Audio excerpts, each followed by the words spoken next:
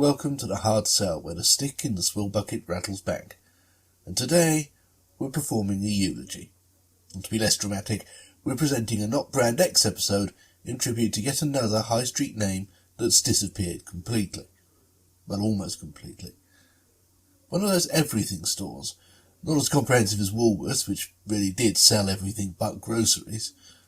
But still, at one point, you could walk into this shop and come out with a newspaper, a magazine, a novel, a DVD box set, a big wad of printer paper, a binder, some pencils, a protractor, a bag of revels, and still have change out of a solid gold ingot. It is, of course, the oldest chain of shops in Britain. WHSmith.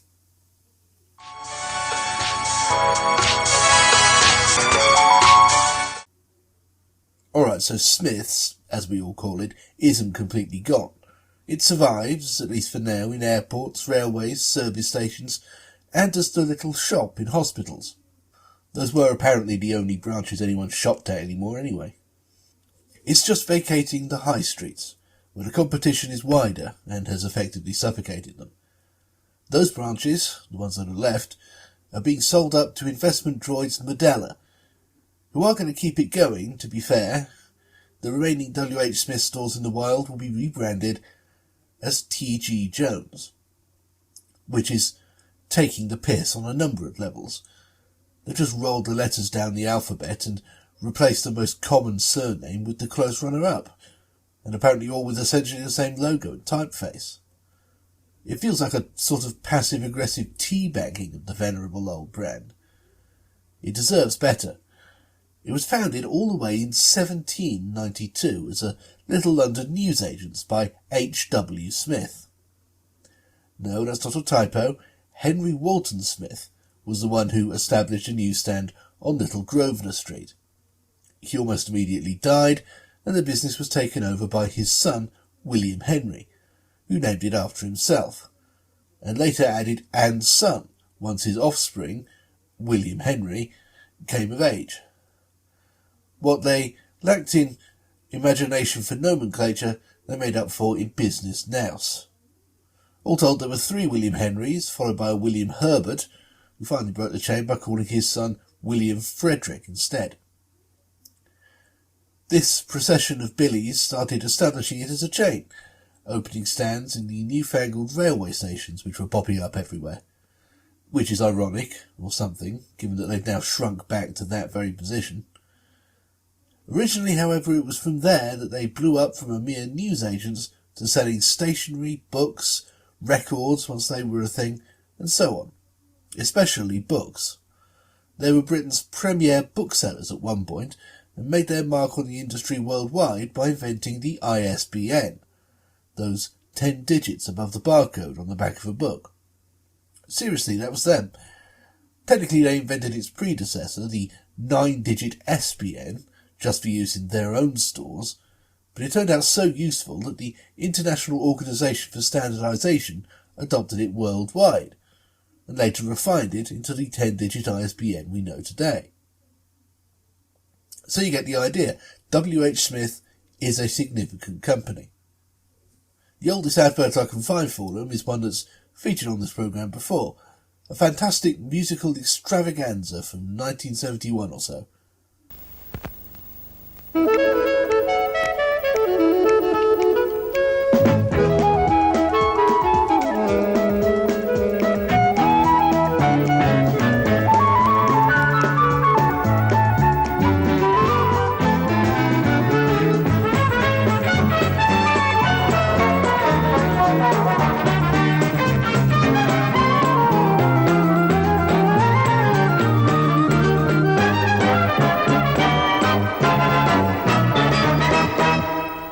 This was filmed in the Croydon Whitgift Centre, and it's great. Young, svelte early 70s teens, well, 25-year-olds playing teens at any rate, all bangs and sideburns and crimpling, dancing around a spiralling maze of brutalist architecture. Busby Berkeley meets John Madden. Could probably only have happened at that particular moment.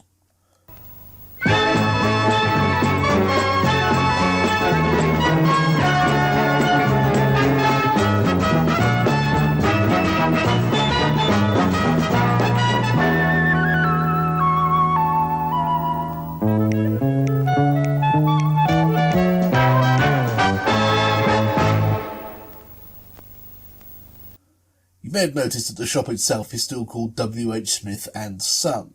That was still the trading name of the company back then, but the old-fashioned family business aesthetic is something of a contrast to the smiling, turtle-necked youth frolicking outside, snapping their fingers and beaming with delight at the latest Andy Williams compilation. Okay, that last part's a bit dissonant, but you get the idea. It certainly wasn't lost on Smiths themselves. As this advert proves, they were very interested in the newly solvent young person market, hence selling records at all. But this kind of song and dance was only going to get them so far, as long as they were still called WHSmith and Son, with full stops, ampersand and all.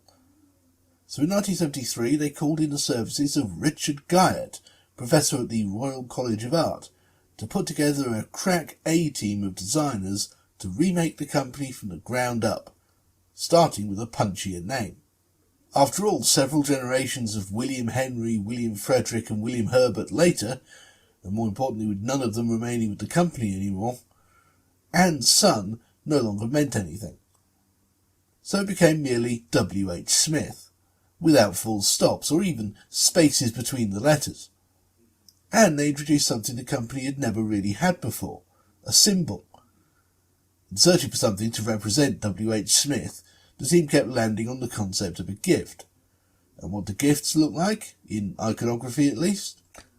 The final touch was a suggestion by Jane Ann Withers, credited as design assistant, which I assume means girl. But vagina or no vagina, she was the MVP of the team because she was the one who came up with the final design for the cube, suggesting that the S should be dominant, and the W and H the same size but very much secondary elements, presumably because we call it Smiths.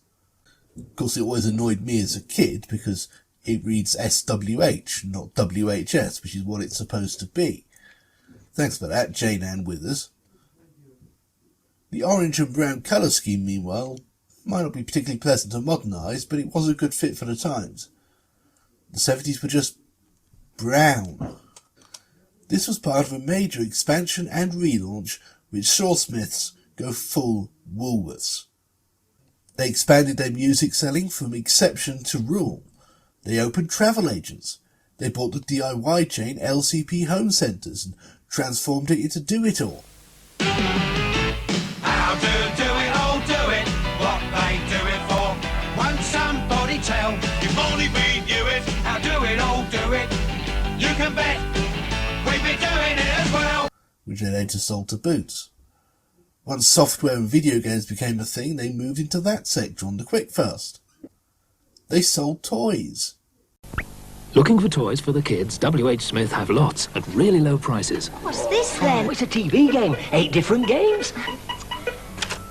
And what have you got? A petite typewriter. I before E. And this seems to keep them quiet. Mahjong.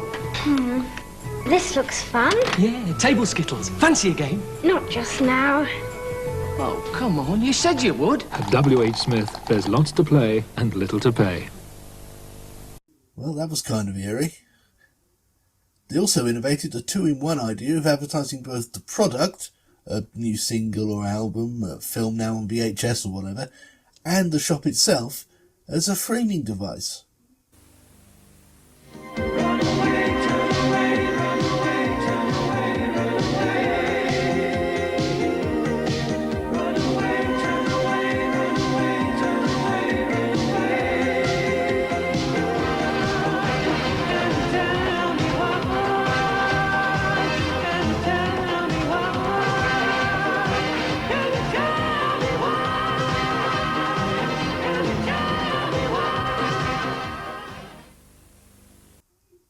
Okay, they weren't the first to do it, but they did it stylishly, apart from that sickly green.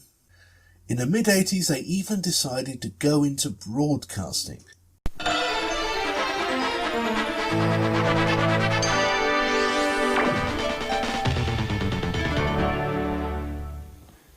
Yes, WHS-TV, backed by TVS and Yorkshire Television, of course. This all seems like impossible madness 40 years later, of course, like B&M deciding to start a media empire. But these were the wildest of the Wild West days of cable and satellite. Anyone with more money and sense could launch at least one station and last at least 5 minutes. WHS TV brought the world lifestyle.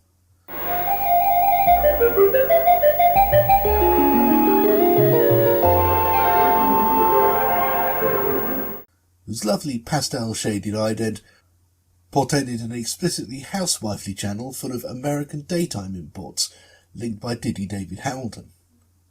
Smiths also invested in and ended up stuck with Screen Sport, home of Not a Lot.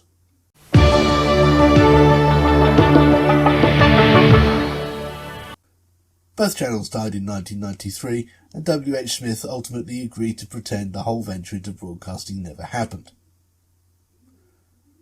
And so they held their place as one of the UK's retail giants in the 70s and 80s.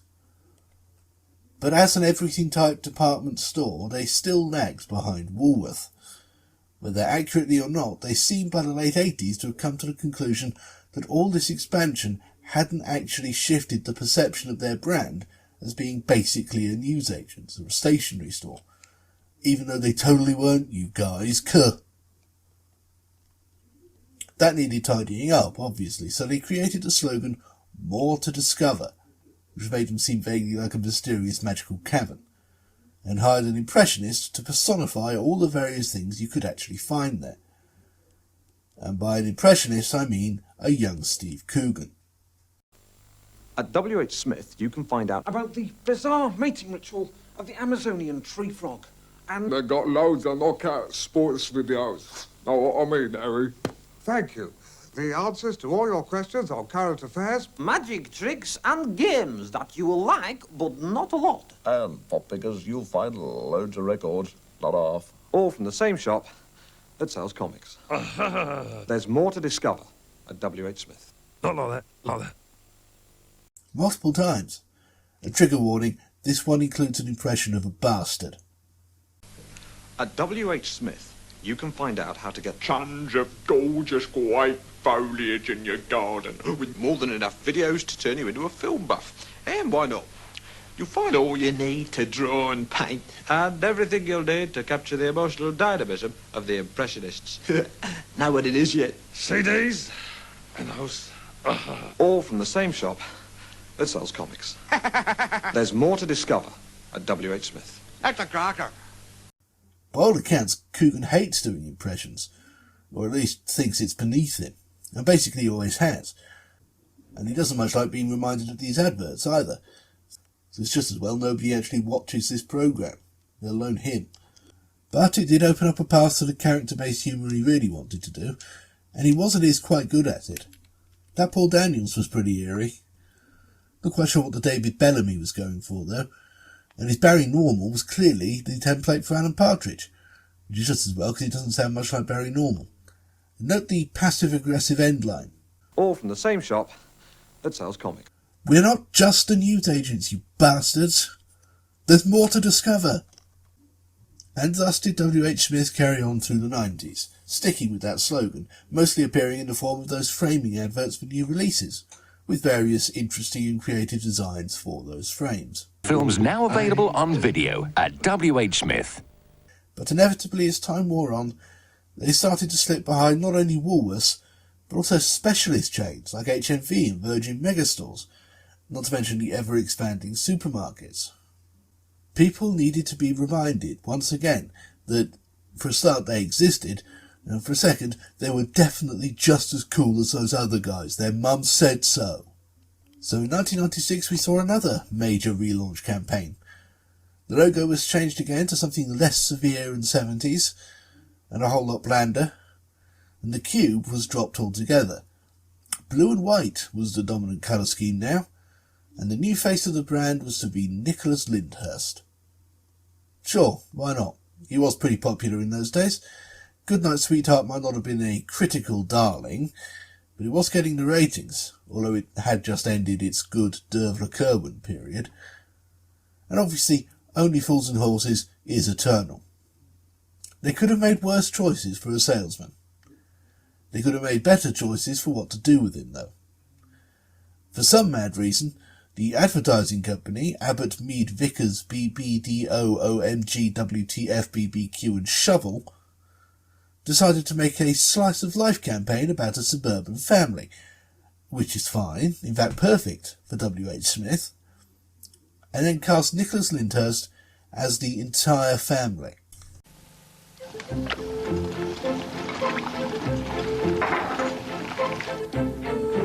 I've made a hash.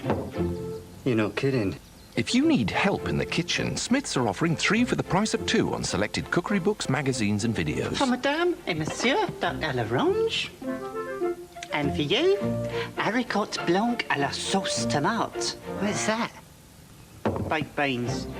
Whatever you're into, get into WHSmith. Which certainly is a twist. Got any wrapping paper, Sasha? Yes, thanks. Whatever your family are into, you'll find something for them at Smith's.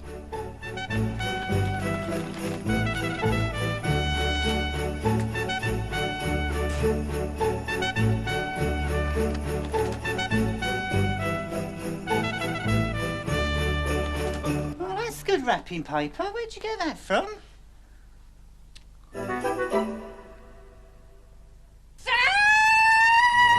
Whatever they're into, get into WHSmith.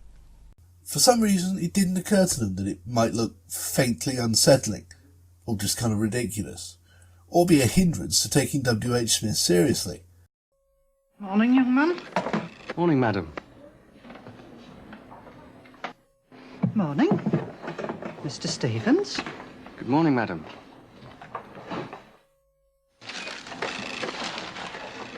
Hello, Timothy. Morning. Hi, Tim-Tims. The more familiar you become with us, the more you get out of it. Because with Smith's new club card, the more you spend, the more you save. You can even have savings on the spot. Shall I take something off now, madam? Oh, that would be lovely. Whatever you're into, get into WHSmith. And to be fair, it must have worked, for WHSmith at least, because it's their longest running campaign. Starting in 1996, they kept doing it well into the millennium. This one's from Christmas 2001.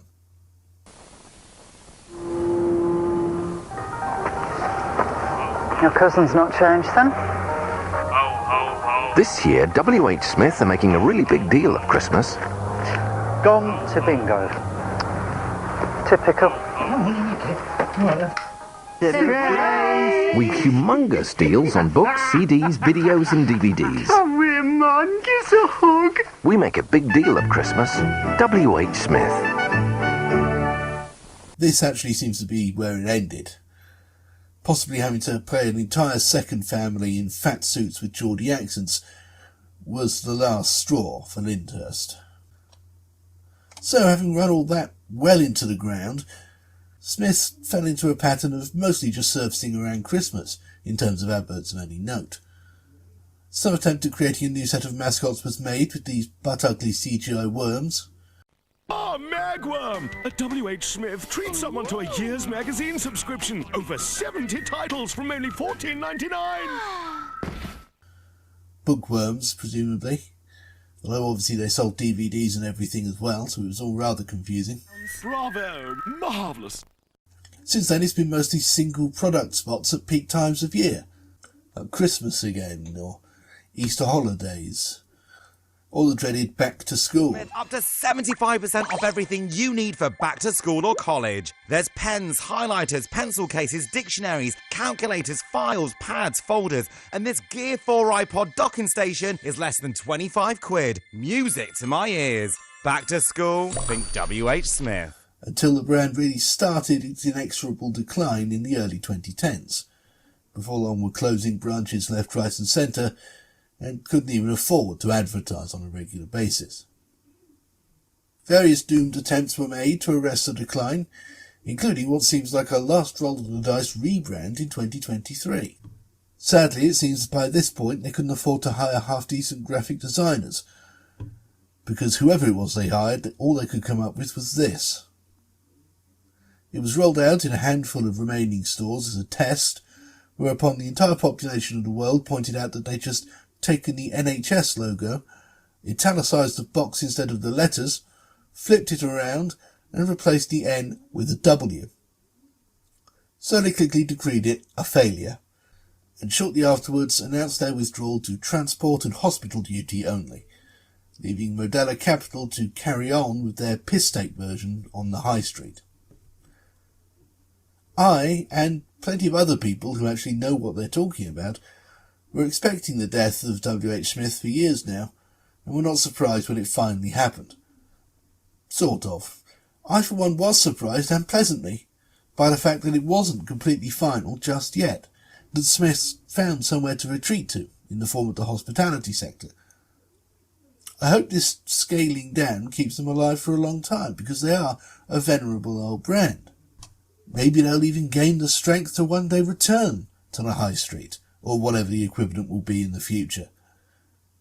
Probably makeshift stalls in agricultural subsistence level villages, with interesting stones for currency, and newspapers consisting of the word fuck written in charcoal on discarded sheets of tin. At the very least, I hope they outlive TGJones. Not much of a marketing strategy there, Modella. Blatantly imitating the failures you bought out. At least there really was a WHSmith. Several, in fact.